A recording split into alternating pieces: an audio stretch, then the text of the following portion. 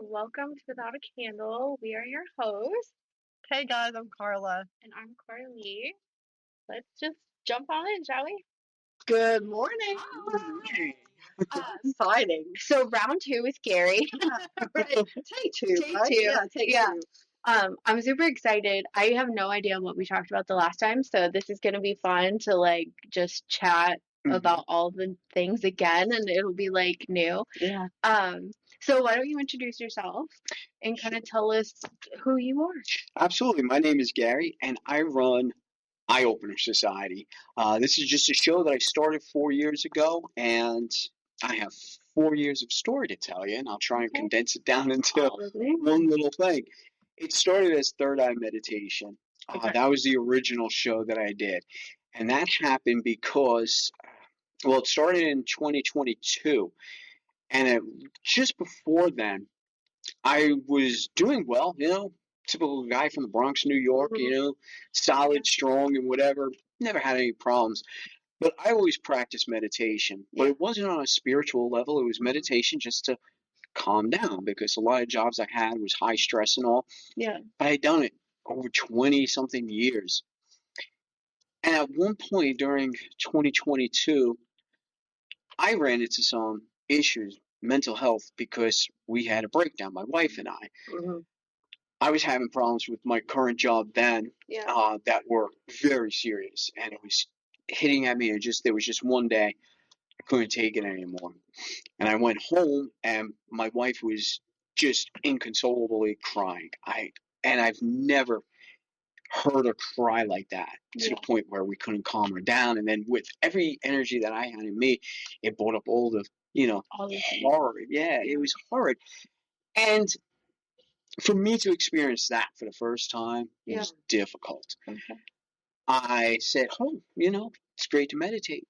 I didn't even want to meditate because I was afraid if I go into that meditative state, all of this negative energy was just going to manifest with me the whole time. Yeah. I was scared, and I just didn't want to do it. So a little bit of a backstory. My wife, she always makes what I call her little hex bags. She does that for people that she's close with, or they come to her. And a friend of ours came to her saying, hey, listen, I want to get pregnant, and can you make a bag? So we were looking for a shop, a metaphysical shop in the area that was open at that time. Yeah. So we found this little shop that the girl Jen was working from home, and it's Mind's Eye Metaphysical. We went in there, and we were graced with this amazing presence. This person, amazing. So we developed a little bit of friendship there at that time. But what I did see in that shop was her little flyers for all the Reiki sessions and all that she does and her services that she offered. So I always put it on the back burner because I didn't know exactly what Reiki was. Yeah. I heard it. I knew it existed. I had no idea really what it entailed or anything. So I'm going through this really bad time, and I couldn't meditate. I couldn't do anything. This is 2022. So after the whole 2020 thing, I couldn't believe how hard it was to find counseling, therapy. And it was like, oh, sorry, we're booked for the next 20 years. Sorry for your loss. So I had to sit with this for a little while. I finally found someone who was open, and I started going for the counseling. And amazingly enough, what I found out with that the very first day, he sat me down and he's like, what I want you to do is, I forgot exactly what it was like, I want you to take a deep breath. I said, are you talking about meditation? Yeah.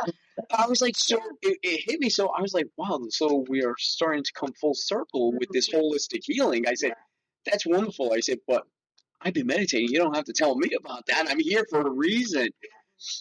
But it started to help. But at that same time, things were falling apart. Yeah. And I couldn't seem to get myself out of it. And I recalled the little flyers for the Reiki. And I said, what is it going to hurt for me to go there? Yeah, and give it a shot and see what's there. So she had the trauma healing one. I said, we might as well go full on, Rip the Band-Aid off. Right. So I said, let's do it. So I laid on that table. I had my eyes closed the whole time. I was relaxed. Jen did whatever Jen did. And as soon as the session was over, I'm a living testament to the fact that I just sat up and I was like, this is amazing. Why am I even worrying about any of these troubles? They're so small. And I said, you know what? I always wanted to start my own business. As soon as I walked out that door, I started planning. I got home. I started Third Eye Meditation, which was a meditation counseling. Yeah. And although it didn't really take off the way I wanted it to, the surprising little nugget with that, I started doing little podcasts as a way to promote my business without spending money. I said, this is great. Started on YouTube and all. Well, the podcast started to take off. It launched, and I was like, wow, I said, look at all these views. So I just started going into it, and we were talking about all sorts of things, mental health, because my stepdaughter Hannah, I mean, she was very open with it. She had a very traumatic childhood, and she still suffers today from a lot of anxiety, depression, whatever else, name it. But she was able to freely talk about it, which helps. And I realized that the more you talk and you release that energy, it helps. So we talked a lot about that, and then we started going down a few rabbit holes because I'm a huge conspiracy theorist person. I love that. I love going down those rabbit holes. So it was a mishmash of a lot of stuff with the original Eye Opener Society. And then after a while, we had another traumatic thing with Hannah and her divorce, and we had to leave that house immediately, which was so saddening because we had a built-in studio. So the whole Eye Opener Society had a studio. Yeah. And we were so comfortable with that. But with all of the, and I call it drama now, but it's worse, we had to leave. We had to find a place. My wife and I went and found the first thing we found, a smaller apartment, and no big deal. But because of Hannah's divorce, she couldn't talk openly on the air. That's not a good thing legally. So she stepped away. She was going through all of her traumas at the time. So I went back and started doing solo episodes again. And then once we moved right there around the Christmas time, my wife was in a car accident. Nothing spectacular, but it was during a tremendous snowstorm. I couldn't get to the hospital, and I started breaking down again, and I just don't know why. And I started doing the wrong things again. Oh, she's in an accident. She's okay. But now I'm thinking financial loss. We just lost a car that I just spent money, and now we got to go out and get another. And I started allowing these things. And I think just because at that time where we were sitting, new change, new roof over our head, new way of going about life, it started to manifest again. And I said, well, it's not going to take me over that much this time. Okay. I said, I know what to do now. Yeah. So I started going back to my show, and I started talking about it. I went back for another therapy session. At least now my current job, they offer it, so it was a little bit more freely accessible now for me, which I was like, oh, thank you so much for that. I went through that therapy session, and I started to get better. And that's when I started realizing, the meditation, the spirituality, the metaphysics, this is not some phony mumbo jumbo. This is actual healing, and it works, and people need to accept it. And I'm not saying dump all of your medications and stop seeing your doctor. I mean, I'm not a doctor myself, but this is something that should be incorporated or at least tried. Yeah. So the show started going on. I found another co-host, Jennifer Miller. She was a guest on the show way back when, and she worked. At that time, it was just a great connection. Yeah. She helped me through that period, and then she had to leave. So I went back to solo again. And then, I don't know, I was introduced to TikTok, and I caught it right at the tail end when it was still good, Yeah. And I just started watching this girl, Lizzie, and I'm watching her stuff, and I'm like, this girl's got something to say. And it kept popping up on my feed. I started listening. I started going into her Instagram. I said, I got to have her on the show. And I just thought maybe as a guest, but I said, she has more to say than just a guest. Yeah. So I said, I'm just going to wing it. And I shot a text, and I was like, hey, do you want to co-host a podcast with me? Yeah, that's awesome. Yeah. She got back to me so excited because she always wanted to do her own show. Yeah. And it worked. And we became like integrated instantly. Good. She was able to see the Eye Opener Society vision. Mm-hmm. She was able to give me feedback, give a little bit of what she would like, and a little bit of, I gave her what I would like. Yeah. And she's still on the show to this day. She's an amazing person, energy, Lizzie, Yep. Lizzie, and that's her TikTok handle. If anybody wants to follow her, she's amazing because she works with all this architecture of energy, and she's gets downloads crazy. You could tell by her energy, and she tries to figure it out and interpret it. And if anybody was to work with her, it's chaotic, but it works. I worked with her in a few sessions. Very chaotic, but it breaks down. So we have this new vision of Eye Opener Society, all right, and it's spectacular because in energy work, we spoke about this. Words, they mean something, right? You say every time you say something, it comes back at you. So I said, well, what's next for Eye Opener Society? Where are we going with this? I said, you know what? I don't like the word podcast anymore. It's so yesterday. I said, I want something more. So I said, you know what? I'm just going to drop the word podcast and the Eye Opener Society show. It's a show. And since I've done that, metaphysically, it changes. Okay. Yeah, numbers start to rise up a little bit more because it's something new. I mean, I didn't make any changes, but I feel that the show is now going to go other places because I see a bigger vision for it.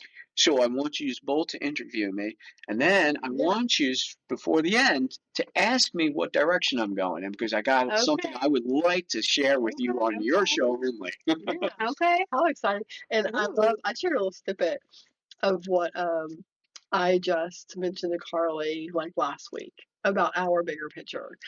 And I forgot. I don't want to say a whole lot, but do you remember now? No.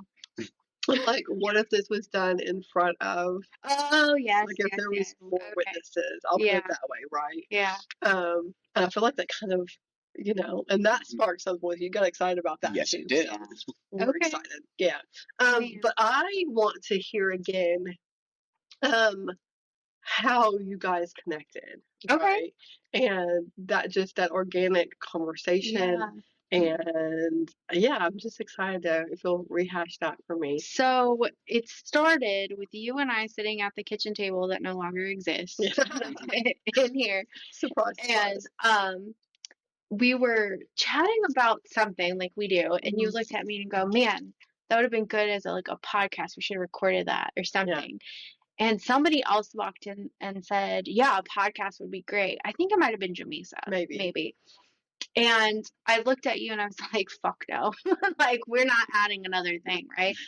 And then I gave it a week and I started thinking about it and I do my thing and I go research and I get on Facebook and I join all the groups because why not, right? Join all the groups and I start going through all like the posts and the comments just to kind of see if my questions can be answered, right? And it wasn't quite getting them. So I made a post in this group. I don't even remember. It's called like Podcasters on Facebook or something. I think that's what it is. Yeah. And I made a post to be like, hey, I'm new. Where do I start? Like, give me all the tips and tricks, right? Well, there's a couple comments. Gary was one of them. And something about him and the energy off of that comment, he was the only one I commented back to. And I was like, yeah, I'll email you. He dropped his email. He's like, email me, ask all the questions. I'm happy to help. And I think it was a couple days later I finally did. And I emailed him. And I was like, hey, thank you so much. Like, this is what I'm looking for. This is like, I know nothing, And he sent back like a story of like all the information. And I'm like, this is fantastic. And it just went from there. Like, we just back and forth every couple days, because work and all the stuff. And it got down to, he's like, I would love to have you guys on my show. And I'm like, wonderful. And I don't know, I think it was your idea. Like, you wanted to come down and visit. And I'm like, here's our dates. And I told Carla, I'm like, hey, there's this guy. He's going to come down. And she's like, cool, let's do it. And it went from there. And that first time you came down, you helped us with the crap soundboard that I got off fucking Amazon. I was a piece of shit. I was like, I don't even know why I got that. Growing pains. Yeah, for sure. That didn't last long. Literally, it didn't, like, maybe 2 episodes. Not even, because we used that to record yours, and here we are. Yeah, like, second round. Yeah. So, that's my take and my view on it. Do you have anything you want to add, or what I skipped? No, I think you've pretty much hit it. As soon as I hear somebody say, hey, I'm starting a podcast, can you help? Yeah. I'm always so scared. I'm like, please let me be the first one to reach the inbox because the worst thing I think with anybody starting out with podcasting is the scammers that come on there. Because even to today, I have to block messages, from my Facebook or anything, because it's just overwhelming. People, I'll help you with this, and and they're all from other countries, and Yeah. I said, please don't let it happen to these people. I said, let me get in there and just say, this is the way it is. Yeah. This is how you do it. And I think though there's more of a crazy connection that I felt over everything. I said, and the fact that not only is it a podcast, I said, they have this metaphysical shop and they have all of these services, and I love metaphysical shops. And I was like, this is amazing. I said, how great would it be for me to go down and do my first road trip and actually take my show on the road? Yeah. And ever since then, like I said, the both of you became instant family. I can't even say friends. It's just you guys are family. And now I just want to expand everything with you guys and integrate and everything else. Daydream together is always a bigger dream when more people can see the vision. Yeah, for sure. And feed that vision. Yeah. When we were going into season 2 and we knew we wanted to interview our community, right? We had just started interviewing people on random days, trying to work them in the schedule, and it started getting really chaotic. And Carla was like, Carly, we really need to do like 1 or 2 days of just massive amount of people.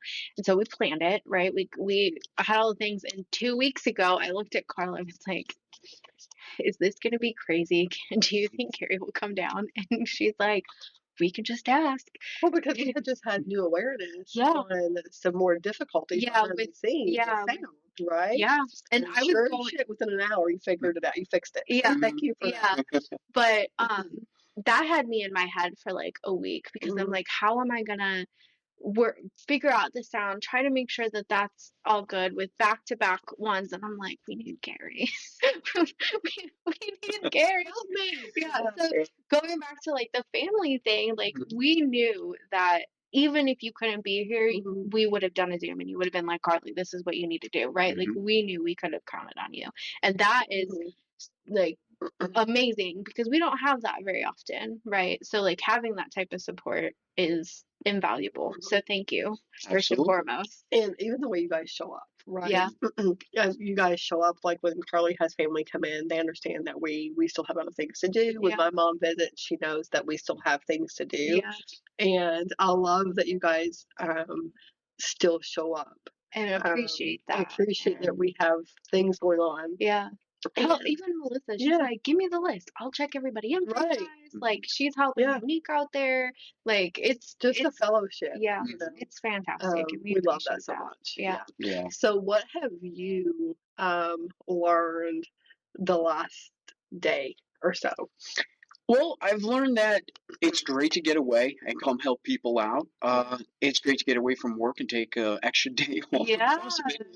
But again, you guys did need something. You needed help. And, as small as it was, it doesn't matter. I said, I'm going to make the 8-hour drive because I love going down there, first of all. But beyond that, it's like, this is kind of what I like doing as well. But I learned that it's just like eye-opener society, and that's the word, society. We are all bonded together. And I've learned that, immensely through the past few years. But to come and help out and sit here and see, because just so the audience knows, I was kind of behind the scenes doing the background, the actual recordings of the shows, the production basically. So I've seen it from a different angle.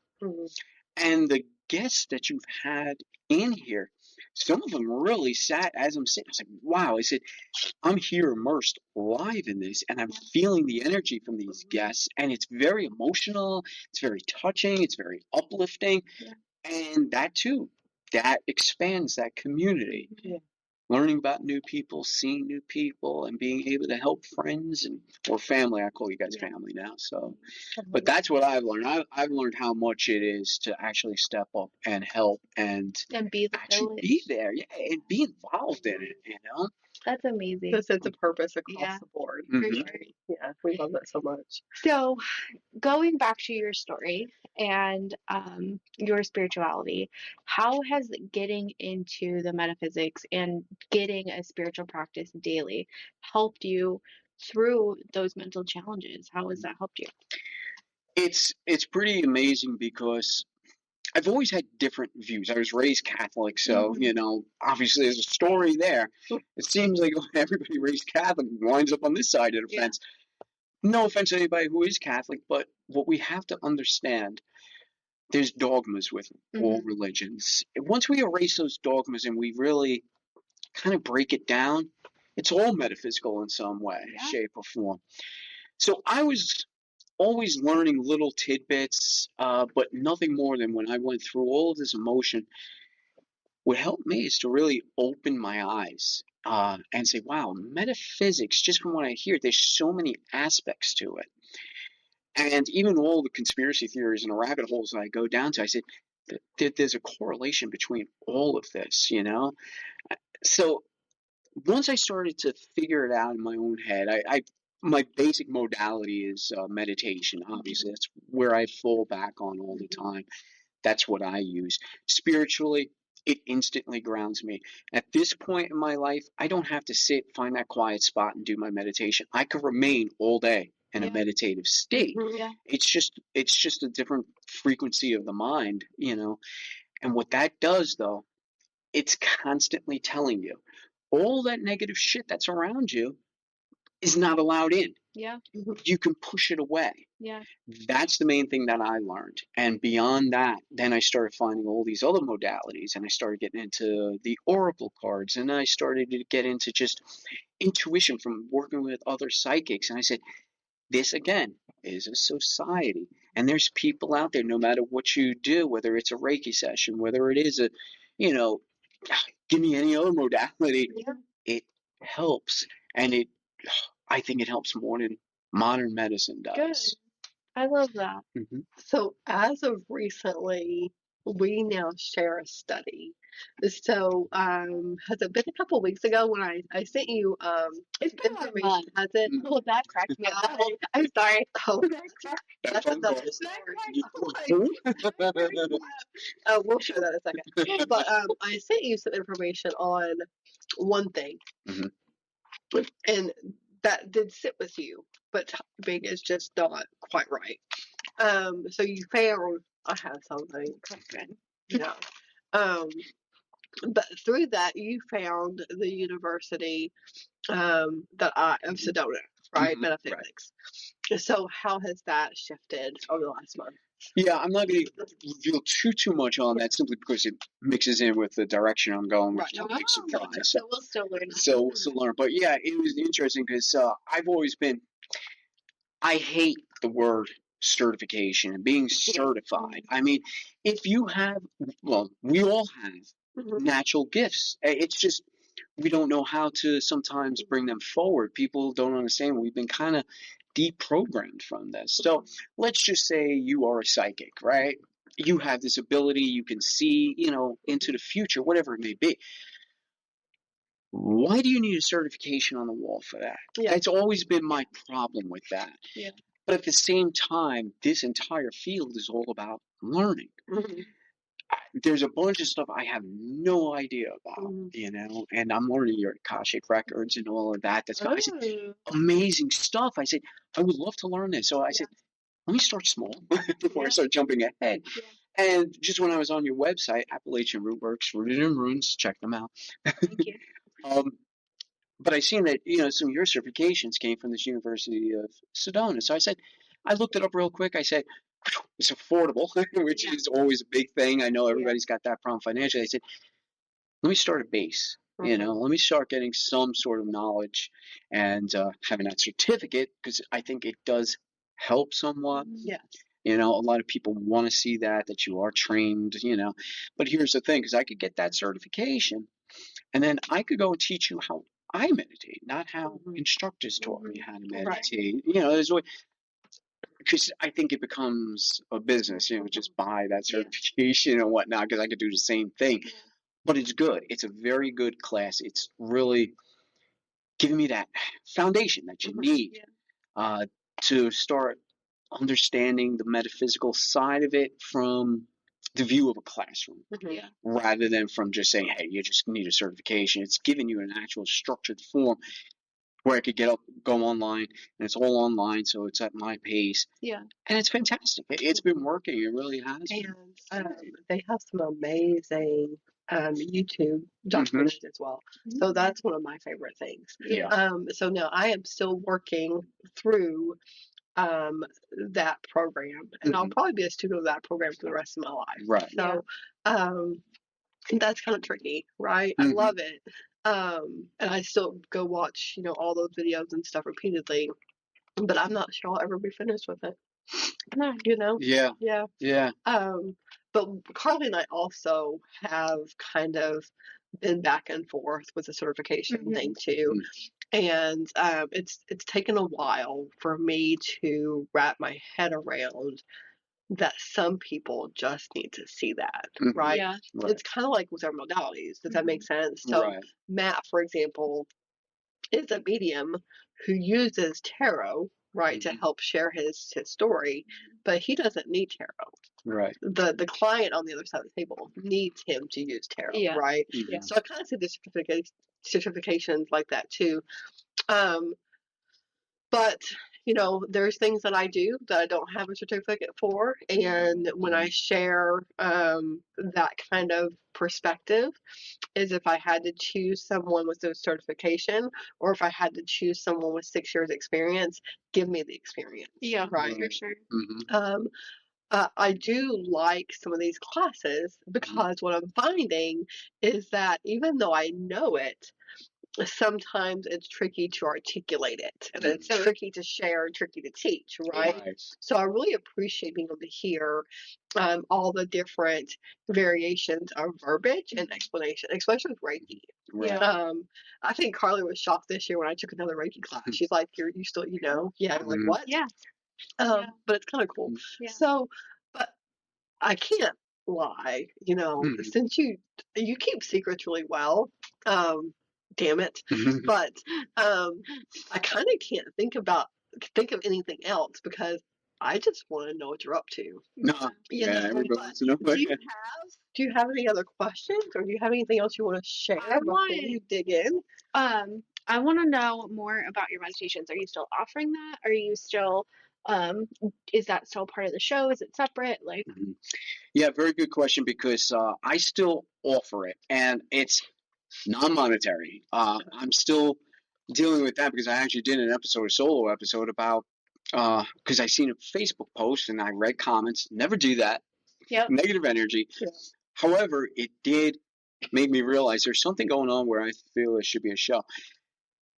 Should spirit workers, light workers, whomever it may be, anybody in the metaphysical, should they charge for their work? And I was like, well, why shouldn't they? And I heard all the arguments. Well, if you're a true healer, you want to do it. Jesus never did. Jesus didn't have car insurance. Jesus didn't have a roof over his head. There's a whole world now where, unfortunately, this day and age, we're in a 3D world, and unfortunately, money makes it go. Most of these holistic healers, most of these people, all have shops like you guys.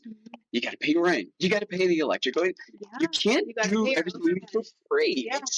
And then I said, most of the light workers, most of the spiritual healers, if you follow them on any social media, they do a lot of sessions for free. Well, they'll sit there and, okay. But now if you want to say, wow, I'm really touched by that, and I want something more personal, well, pay for it. Yeah. That's time. It's just an exchange of energy. Many of them, if you talk to them, say, I really can't afford it, can work something out. Oh, yeah. We use the barter system all Right. the time.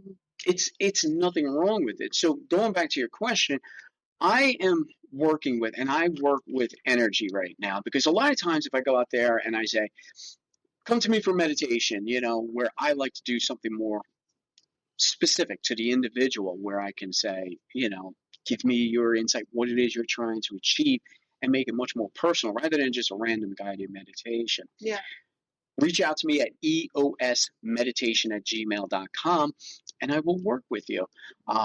Right now, I have a few clients, and they came to me just by chance, actually. So I work off a frequency. Yeah. And I found that so much better than trying to do it business-wise. Yes, down the line, I would love to get that out there. I would love to start doing meditation classes and teaching people all the different ways to meditate, teaching the way I meditate, because that's the thing. You could come up with something yourself and teach it. Meditation is not as hard as you think. There's a lot of myths about it. So yeah, if I work with anybody, it's going to be more spiritually connected right now. But if you want to reach out to me, email me and we can do something. Absolutely. Perfect. That's awesome. Yeah. Do you have more to add to that? I'm just excited for that, because that also allows organic growth of word of mouth and referrals, right? Yeah, for sure. And that is long term the best kind of growth. Oh, right? 100%. I feel like that is what kind of makes the long-term clients, not the one-time sessions. You know what I mean? Right. Like when you really have that testimony from, Auntie, and she's like, you need to go to this, and she full on like, this has helped me, all the things, and now she's sending her friends and she's sending her family to you, and they're gonna take her testimony into account and be like, wow. Because it's exhausting. For a long time, we spent so much energy trying to convince others that they needed us. Yeah. Right. And that doesn't always work, because they may not know that they need something. Yeah. Does that make sense? It does. Yeah. So I'm sure you have seen the structure of how we make our Facebook posts. It's just day-to-day posts now, like trying to just show people the everyday stuff, not trying to sell them something. Right. Yeah, we'll mention like, hey, we've got this new thing, or hey, we have a service day, but we do have to, remind people of those things sometimes. But it's not a hard sell. Even those almost fill up before they're published, right? Yeah. Because we are working on a wait list often, and that was a commitment. So there's a question after this, but one of our commitments to ourselves in 2026 was allowing ourselves more time and honoring our value, right? Because in years past, we would fill the schedule so full for everyone else, but we didn't put ourselves on the schedule, right? So that shifted. So how, in the last, with the new awareness, how are you finding and being reminded of your value? I just through my show alone, a lot of it, everything is energy. And just like I said, even with the meditation, clients, getting people in, you're working with people, you're working with those energies. You have to understand, and I am a living witness because my wife, Melissa, who's here, she has these amazing gifts. And she's so powerful. But she's trying to understand them. And if she tries to work, it depletes her entire system. That's where valuing yourself comes in. You have to, in this type of field, understand you are the healer. You're the most important person. But if you're healing through any modality, you're expending so much energy that you do need that time to step back and say, I need time for me so I can heal me before I can heal others. Yeah. That's what I've learned. I've learned like through my job, my regular 9 to 5, where I'm working all the time. I need time for myself because if I'm doing that all the time, I can't explore all these other fun things that I really want to do. So I'm learning that, and that's what I've learned about valuing myself. And we've been more forward, right? Like when someone comes in for a Reiki session, or an attunement, or a reading with Carly, there's more sacrifice that we choose to do before a client even walks in. So if we have an energy work day, most of the time we're fasting, right? Right. And if we're not a full fast, then we're definitely fasting from low vibration consumptions, right? So physically, that's different kinds of food, so meat free, right? And then, energetically, I don't listen to the radio or watch TV much anyway, but I'm definitely, listening to those audiobooks or my mantra music, that kind of stuff. And so there's more sacrifice before people would show up, right? Going out to dinner. So that's family time sacrifice that we do for our clients as well. Yeah. So it's not just a day of services, and you have the same concept, right? Absolutely. So to get into that mindset, to be prepared, to offer a practice, there are sacrifices. Yeah. Absolutely, For sure. there are. And it's great that you bring that up, because a lot of people don't realize, like, if you go into a practitioner and say, oh, well, let's just use Reiki, Mm-hmm.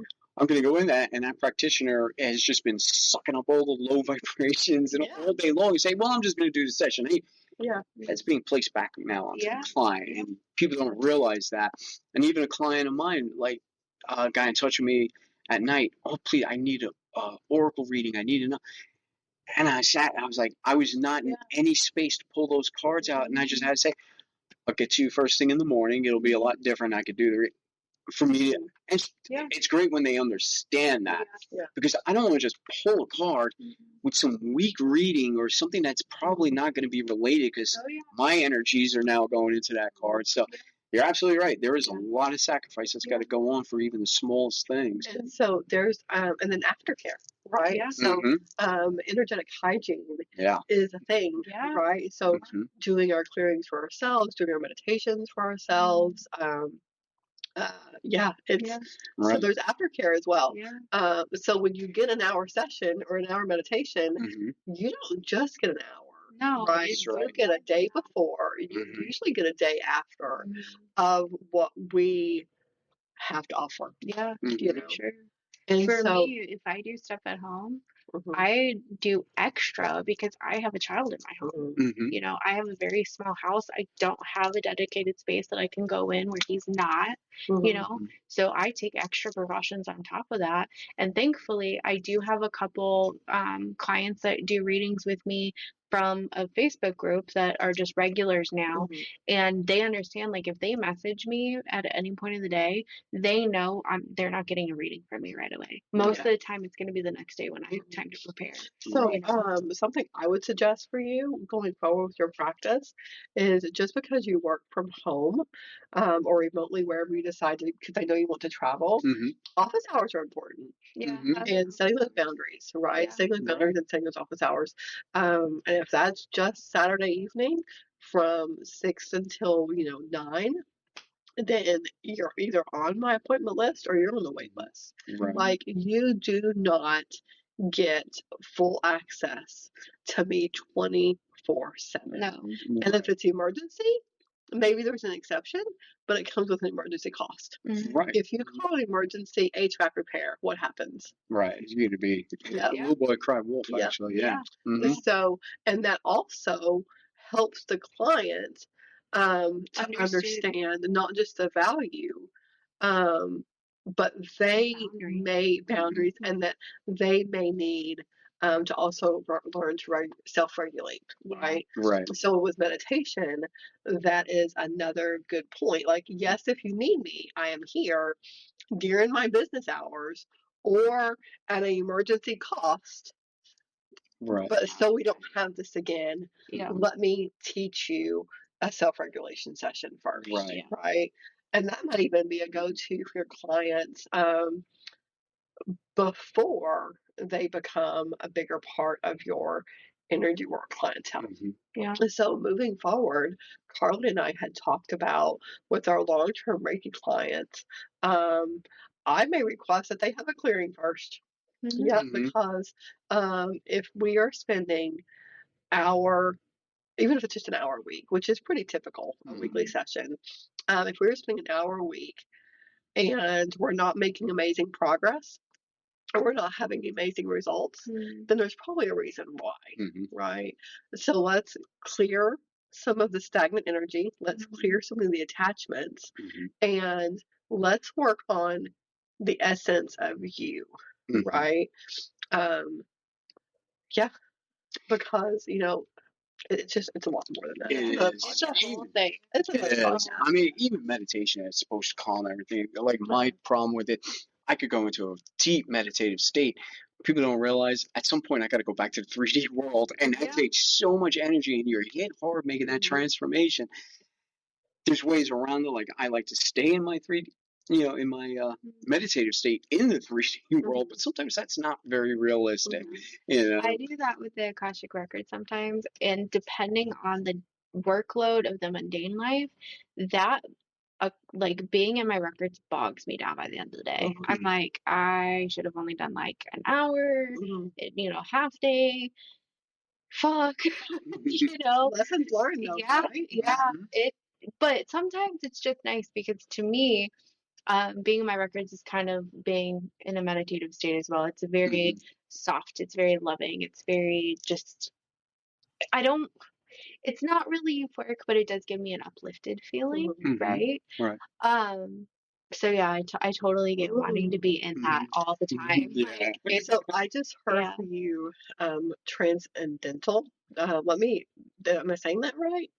We'll come back to that. Transcendent? No. Transcendental? It sounded different in my head. Okay. Well, we'll circle Transcendental back. meditation. Yeah.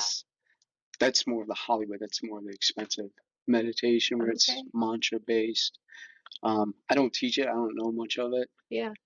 I have my own ways of doing things. Everybody's going to develop their own way of doing a meditative state. That state of like blissness. Yeah. Right? Yeah. Right. Yeah. Yeah. You could get that from any form of meditations. Yeah. Man. So, do you want to share a little bit about your conspiracy theories? Like, what's your favorite one? My biggest, like when it comes to going down rabbit holes, I've always been fascinated with outer space.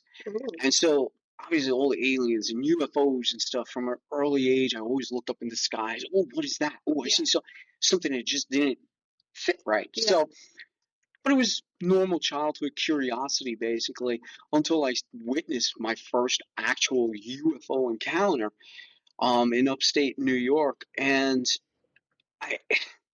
to see this thing, to witness it, and when you take everybody else's stories and you start piecing it together, and there was a dog that was involved, and the dog's barking like crazy up at the sky, and to witness this huge craft that is obviously not made with human, within our terrestrial, Earth, and the way it moves, and other people seeing it with you.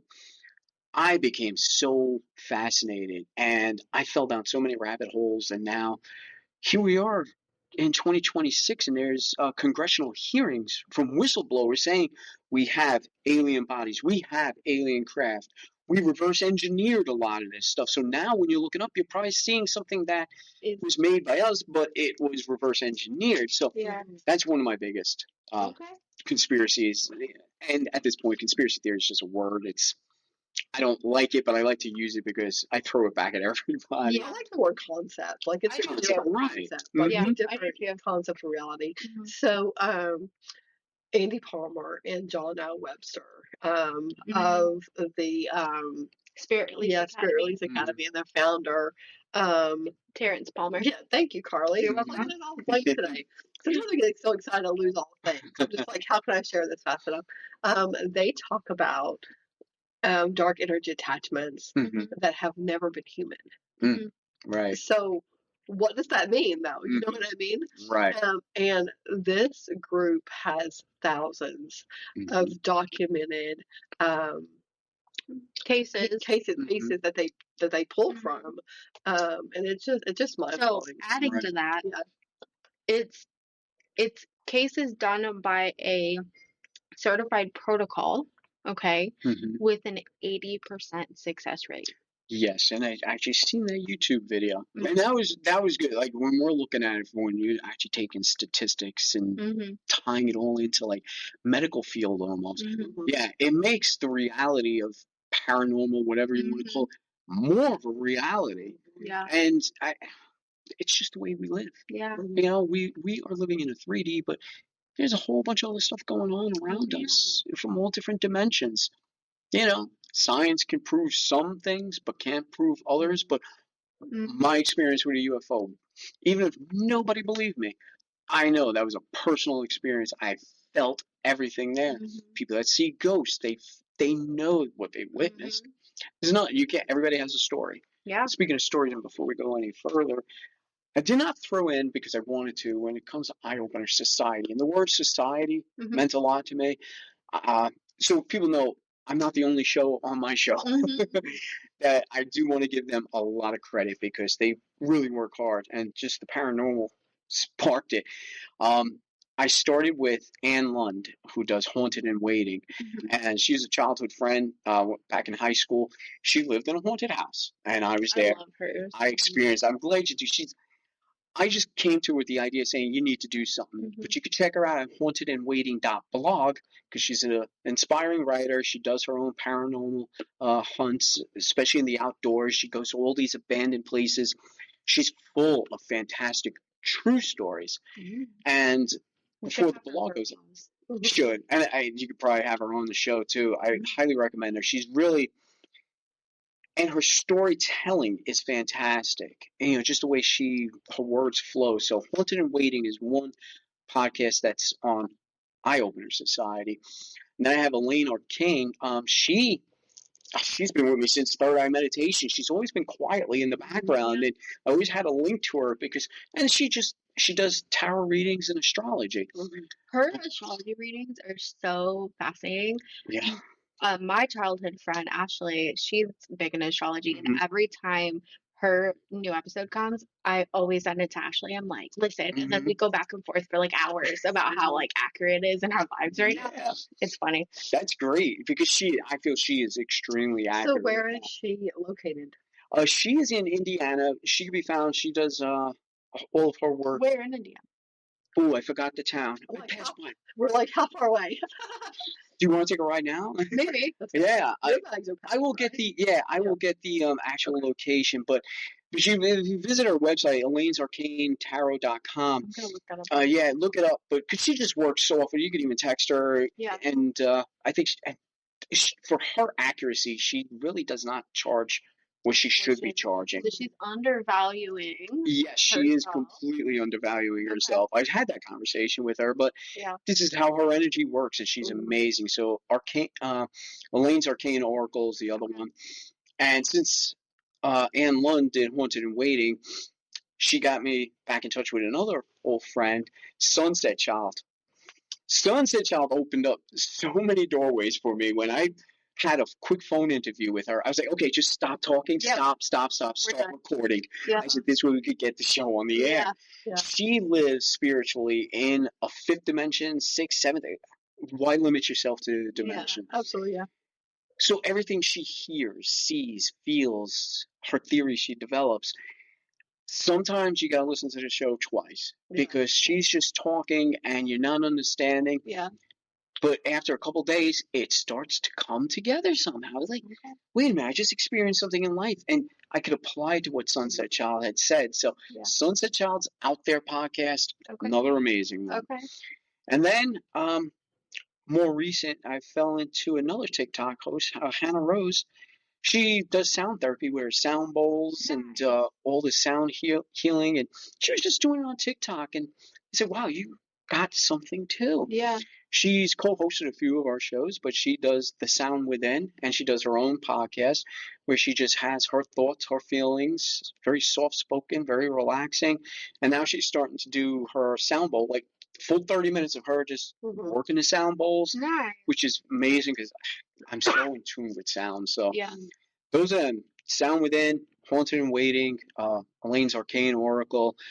Don't forget to check them all out because they're amazing. And Sunset Child's Out There podcast. So we'll have to tag team meditation and sound bath because currently, before my meditations, I offer a little bit of a journey for closure. And then we do the sound bath. And then I do a play. Not a play, fucking shit. See, we don't filter. I do an audio of another meditation just to wrap up. Right.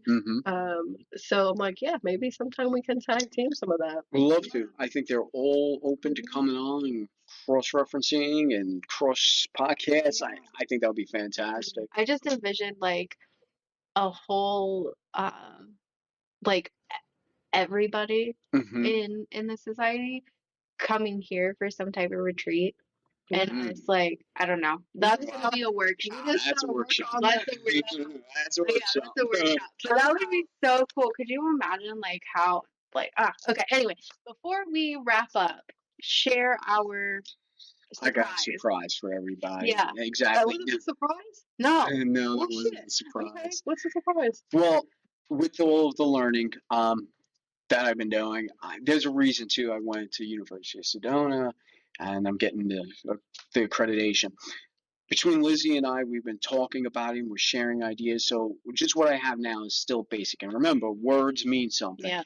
Way back in Third Eye Meditation, I had this joke, and that's why it never worked out, that I was going to be a church. Mm. So Okay. because I fiddled around with it, it's just a joke. I'm not going to do it. Yeah. I'm doing it. Yeah. I am Right. opening a church, Okay. and it's going to be a spiritual, Yeah. no dogmas, Yeah. non-denominational. Yeah. Anybody can attend.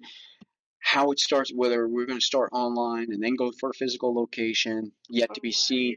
Yeah. I mean, this is all thoughts. So Okay. again, this is podcast time. My announcement now, I may have already started the church when you listen. We don't know. But that's what I'm doing. Okay. It's something I've been so passionate about because, again, all this talk about healing people and bringing folk, the only way really to do it, sometimes not everybody's going to hear your show. Not everybody's going to have access to it. But when you have a church and you bring that community together, Yeah. and you could start doing your teachings, and I can have different practitioners in there teaching their ways, I'm ready for it. And that's what we're doing. And of course, you guys can be involved in any way, shape, or form. Resources. Yeah. And if you need, I'm sure you've got resources already for like accountants and CPAs that can kind of help you along the nonprofit. Building block. Yeah, the nonprofit 501. Yeah, that's going to be somebody else's thing. But once that's in place, I'm basically ready to fly out. We love that so much. So back in 2021, that's everybody's like, you just need to have a nonprofit. Yeah. And not having a nonprofit this year has hindered us, right? Yeah. There were some opportunities that we could have had if we were a nonprofit. Yeah. Right. There's some organizations out there that only work with nonprofits. Right. And that's really limited us, Yeah. to what we have access to. Yeah. Because accessibility is a huge thing with us, right? Yeah. So when it comes to planning retreats and destinations like that, Yeah. it does need to cost something. Right. Right. But Absolutely. it's not supposed to be only accessible to the most fortunate. Yeah. Right. Exactly. And so that's a passion. And I am so happy that someone else, because that's part of what we share too, is that as a community, we want these things, but we don't always have to be the one to do those things. Yeah. And that's an amazing gift. Yeah. Just to know that's one less thing we don't have to do. Yeah. We can So be a thank part you. of it. And Absolutely. we know that it's in the community and it's going to be such a valuable resource for the people. Absolutely. So I'm so excited. All right, guys. Okay. So I guess until next time, we'll see when we see ya. All right. And bye, y'all. Yeah. Right, guys. So that wraps up another episode of Without a Candle with Carly and Carla. We appreciate you, and We'll see you next time.